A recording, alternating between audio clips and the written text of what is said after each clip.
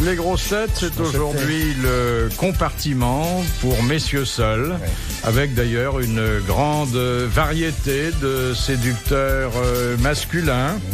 Le petit qui commence à se déplumer, mais qui a des places de faveur dans les tribunes bien placées. Oui. Thierry Roland. Oui. Bonsoir. Bonsoir. Je vous rassure, il se déplume depuis longtemps. Hein. Oui. Ça, alors là. Mais il y a de beaux restes encore. Oui. Autre séducteur, lui, séduit à la fois avec sa belle voix de bronze, ses cheveux blancs taillés amoureusement par sa femme. Il séduit par ses bretelles et par son bandage hernière. Pierre Bellemare.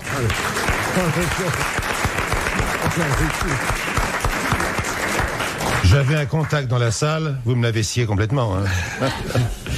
Un séducteur de l'espèce corse, c'est-à-dire que il est toujours couché, mais il faut ouvrir le lit et se glisser à côté de lui si on veut bénéficier de ses faveurs. Daniel Secaldi.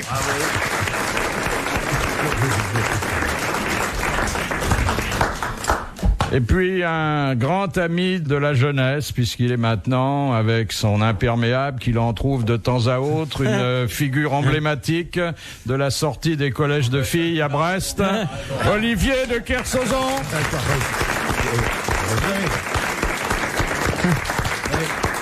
Tout tiendrait dans ta calomnie. La seule chose qui tient pas du tout, qu'est-ce que tu veux qu'un mec fasse avec un imperméable à Brest? C'est là que ça tient plus. Avant, on se dirait, ouais, peut-être, mais il pleut jamais.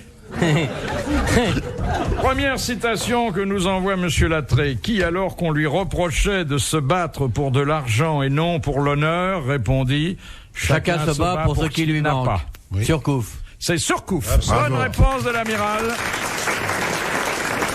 Et j'en attendais pas moins d'un illustre navigateur breton parlant d'un de ses prédécesseurs. Mais attendez, il faut quand même donner la citation tout entière. Parce que le monsieur qui l'agresse lui dit moi monsieur je me bats pour l'honneur et vous battez pour de l'argent.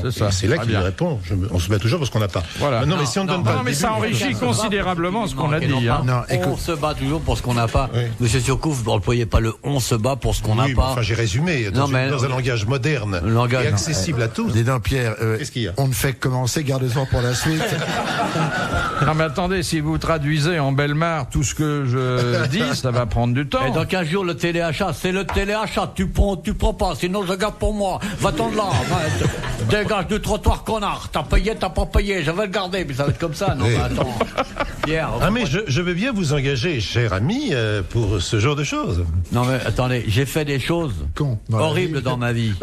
Et alors pourquoi vous ne feriez pas cela? C'est très intéressant. Non, l'amiral pour l'instant ne vend que de la bière, mais bien d'ailleurs. Hein. Ah non? Ah oui, remarquablement. Sans alcool. Sans alcool, attention. Ah, c'est de la bière sans alcool. Sans alcool. C'est lui qui glisse sur un comptoir pour servir quelqu'un qui est au fond d'un bar. Archibouret. T'es comme le Paris Saint-Germain. Ah oui. Non, c'est pas moi qui passe à toute pompe sur un bar. C'est pas le monsieur qui donne des cachets dans un verre d'eau et pour remettre les gens en forme aussi? Non, c'est pas celui-là non plus. T'as essuyé tes lunettes quand tu regardes la télé? Je sais pas, je trouve qu'il ressemblait Pierre, à Kersauzon. il a des cheveux un peu à la télé, il ne voit que quand c'est lui. Oui, alors je la vois pas souvent. Question de Monsieur Laporte de Digne. En 1918, en quelle occasion Clémenceau a-t-il dit « Pour louer celui que je remplace, il faudrait que je lise ses œuvres. » Académie française. Or, la vie est trop courte. C'était à l'Académie française. Bonne réponse de l'amiral. La deuxième. Oui. Mais je ne vous demanderai pas qui il remplaçait. Si, justement, moi je vous le demande, je ne sais pas. Alors c'était le critique aujourd'hui bien tombé dans l'oubli, Émile Faguet, qui était déjà ennuyeux à l'époque. Émile Faguet. Vous rappelez pas, ça ne sert à rien. Mais je crois que c'est un des auteurs favoris de Thierry Roland, mon petit Thierry. Moi, en bas de chez moi, quand j'étais môme, il y avait un épicier qui s'appelait Émile Faguet, mais ça s'écrivait pas pareil. C'était pas lui. Non, c'était AIS. Je sais que vous aimez beaucoup les essais, c'est pour ça que comme Faguet était un essayiste... Il m'a échappé. Oui. Ça, je vous le dis très franchement, il m'a échappé. Qu'est-ce que vous avez dans votre bibliothèque comme bouquin? Mickey, Tintin, Astérix. Pour les images uniquement. France Football. Vous avez vu que Tintin, il y a un problème? Non. Ah, mais il y a un grave problème. Il semblerait qu'à l'époque où Hergé a créé son personnage, il y avait un vrai journaliste qui avait un assistant, dirons-nous, qu'il appelait Milou, qui a fait réellement un reportage aux soviets et que Hergé se serait inspiré de ce personnage. Et donc, finalement, actuellement, la famille du personnage c'est un problème, est en train de se réveiller. vraiment. Ça date de quand, le premier Tintin? Il y a 50 ans, non? Oui, Oui, à peu près, oui. Et c'est maintenant, 50 ans après, dites donc, c'est un petit peu d'argent, c'est pour nous, c'est ça? La famille de Milou ne veut pas faire Tintin.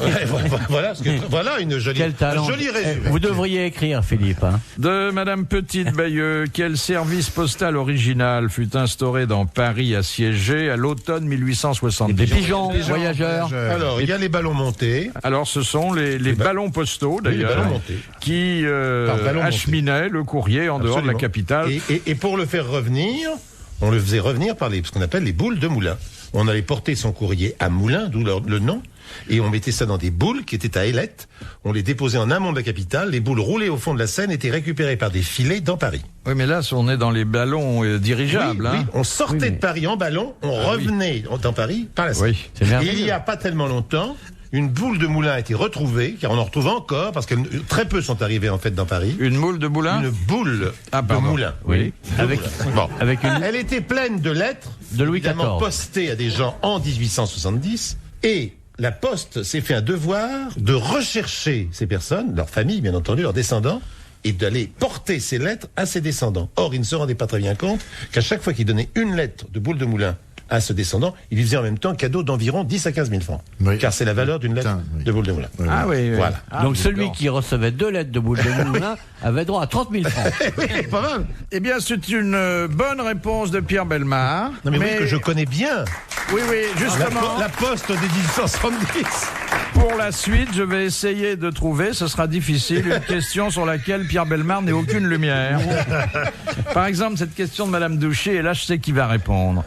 Pourquoi le footballeur brésilien Pelé, qui est aujourd'hui ministre, portait-il toujours le même slip lors de tous ses matchs? Par superstition, j'imagine. Par superstition. Porte-bonheur. Parce Par que c'est superstition. C'était son premier match. quand il avait 17 ans. Sa première victoire. Exactement. Ouais. Alors la réponse ne dit pas si il l'avait lavé entre deux Non, matchs justement, ou il pas. fallait pas le laver. Ah bah oui, il le lave. Ah bah oui, oui.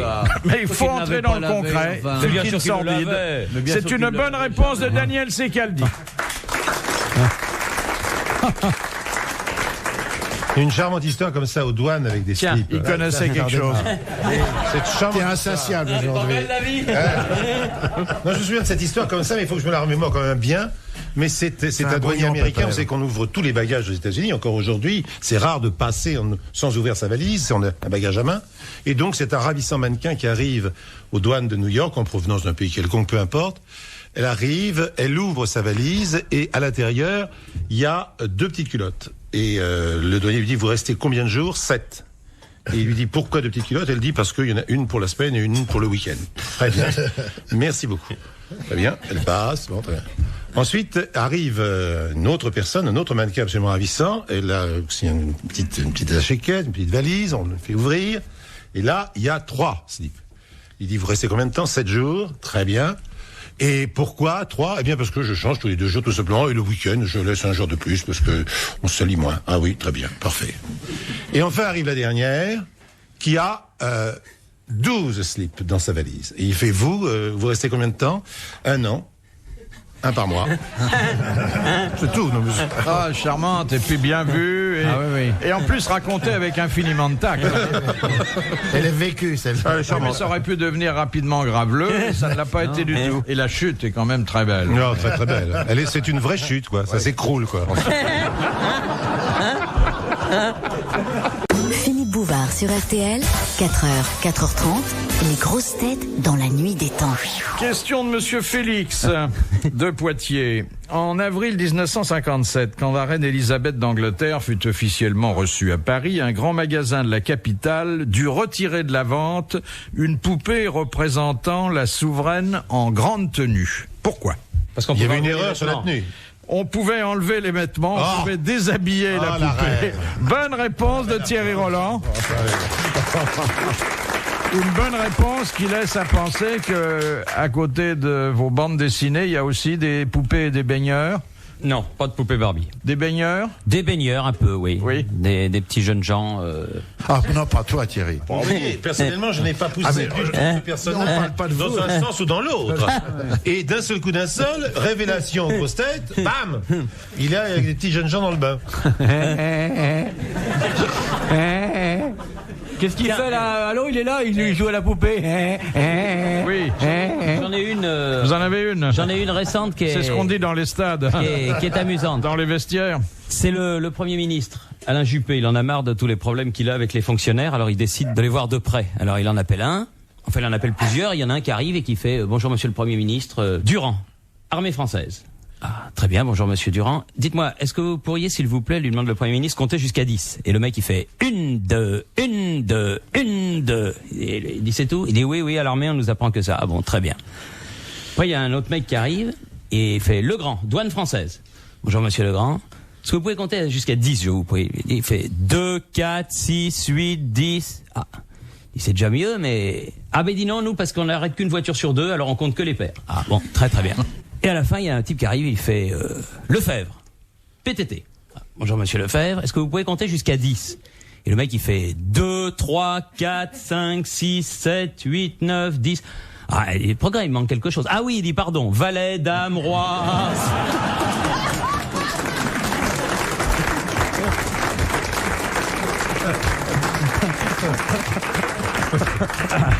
Elle est mignonne. Elle est charmante. Ah, elle est d'une propreté Voilà. à laquelle on n'est pas habitué. oui. Essayons de rester dans ce ton honnête. Ça serait bien aujourd'hui.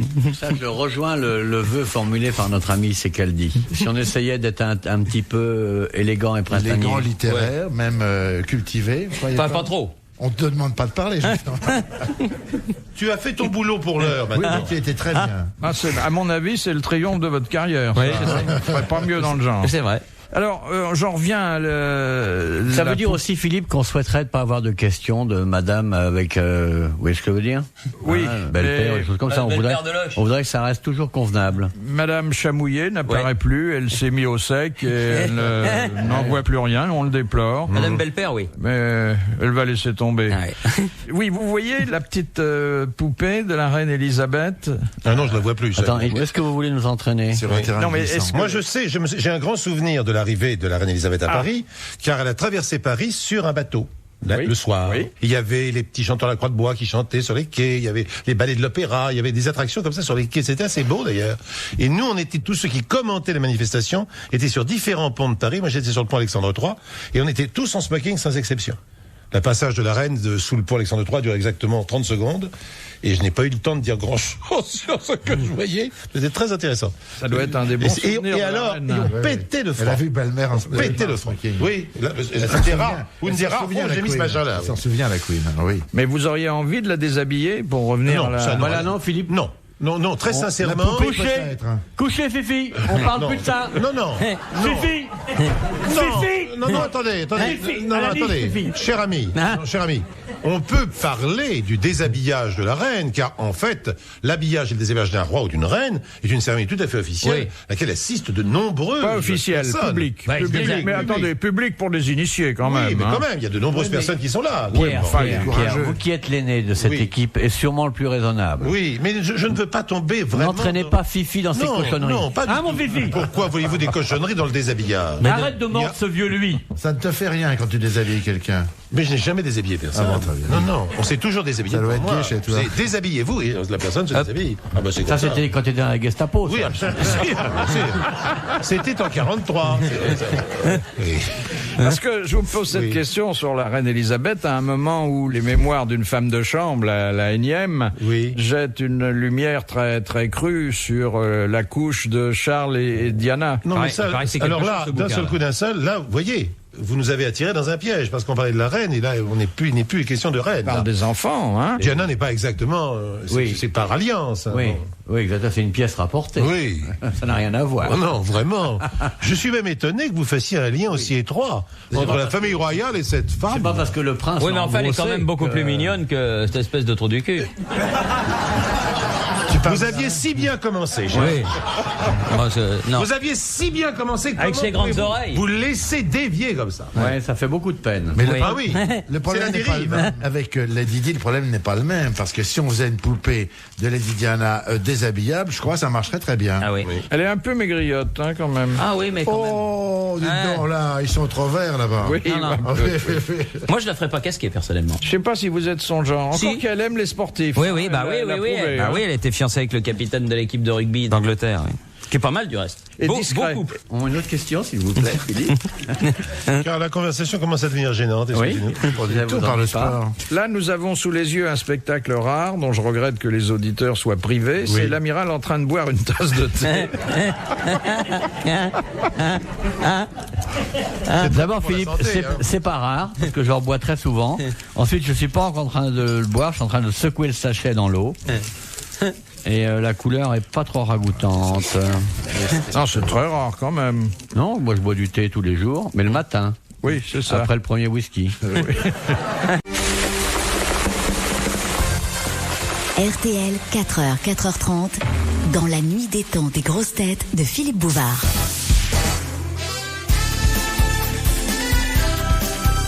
Retrouvons le compartiment des hommes seuls dans les grosses têtes dans la nuit des temps du 31 août 1996. Autour de Philippe Bouvard, Daniel Secaldi, Olivier de Kersauzon, Pierre Bellemare et Thierry Roland. Une question pour l'amiral de Madame Desroches. Quel est le capitaine de frégate britannique qui décide en 1806 de classer les vitesses des vents selon les manœuvres de voile qui correspondent? Beaufort.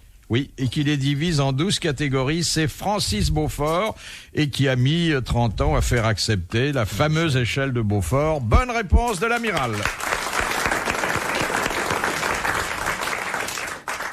L'échelle de Beaufort, c'est la force des vents. Hein.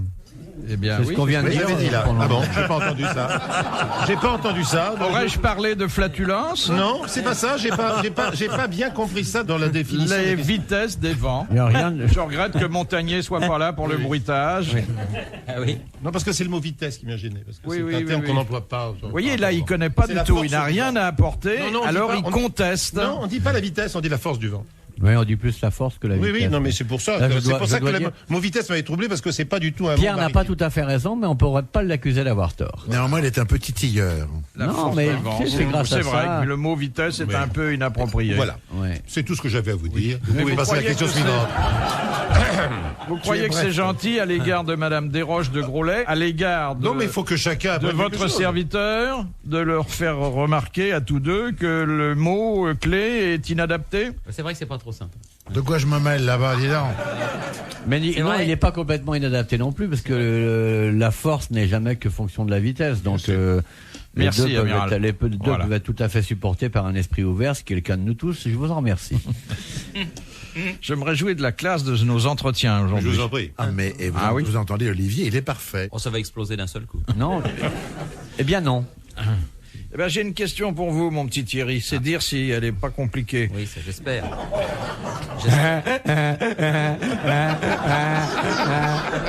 Il est content, Thierry. Hein. Il a sa question pour lui. Vous me rappelez les îles Lavezzi. Elles sont couvertes d'ânes.